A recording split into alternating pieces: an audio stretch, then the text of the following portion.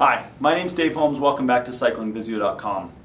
So in this video we're going to talk about another type of knee pain, and it's a sneaky one because it's very similar to what we talked about in our first video, which was IT band friction syndrome.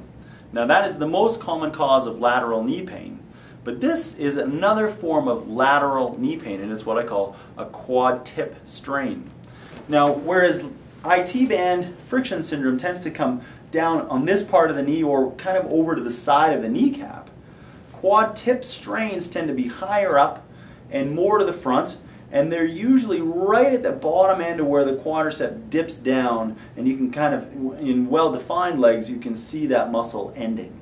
And that junction spot is what's called a musculotendinous junction, and it's a natural weak point within the muscle. Okay?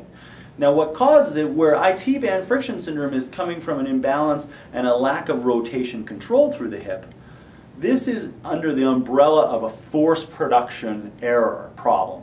And what I mean by that, because that's a big fancy sort of wording there, is people who overgenerate power from the quadricep as a result of undergenerating their power in other areas.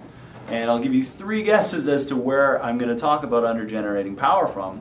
And if you guessed the glutes, then you're very wise. The glutes are the real hidden engine in cycling. And they're very well studied in running. We know a lot about how people must get the glutes firing. Now, getting the glutes firing, that's controversial, but we know that without force production from the glute, people run into injuries in running.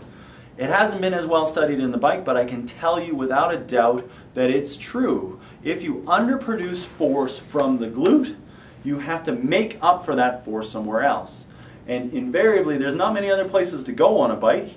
You're either going to go into your calf and you're going to start ankling too much, it's called, and that invariably leads to tendon problems in the Achilles tendon. But the more common thing is to start mashing the pedals. Now, we're going to get a little bit into technique, and there's other videos that'll deal with form on the bicycle.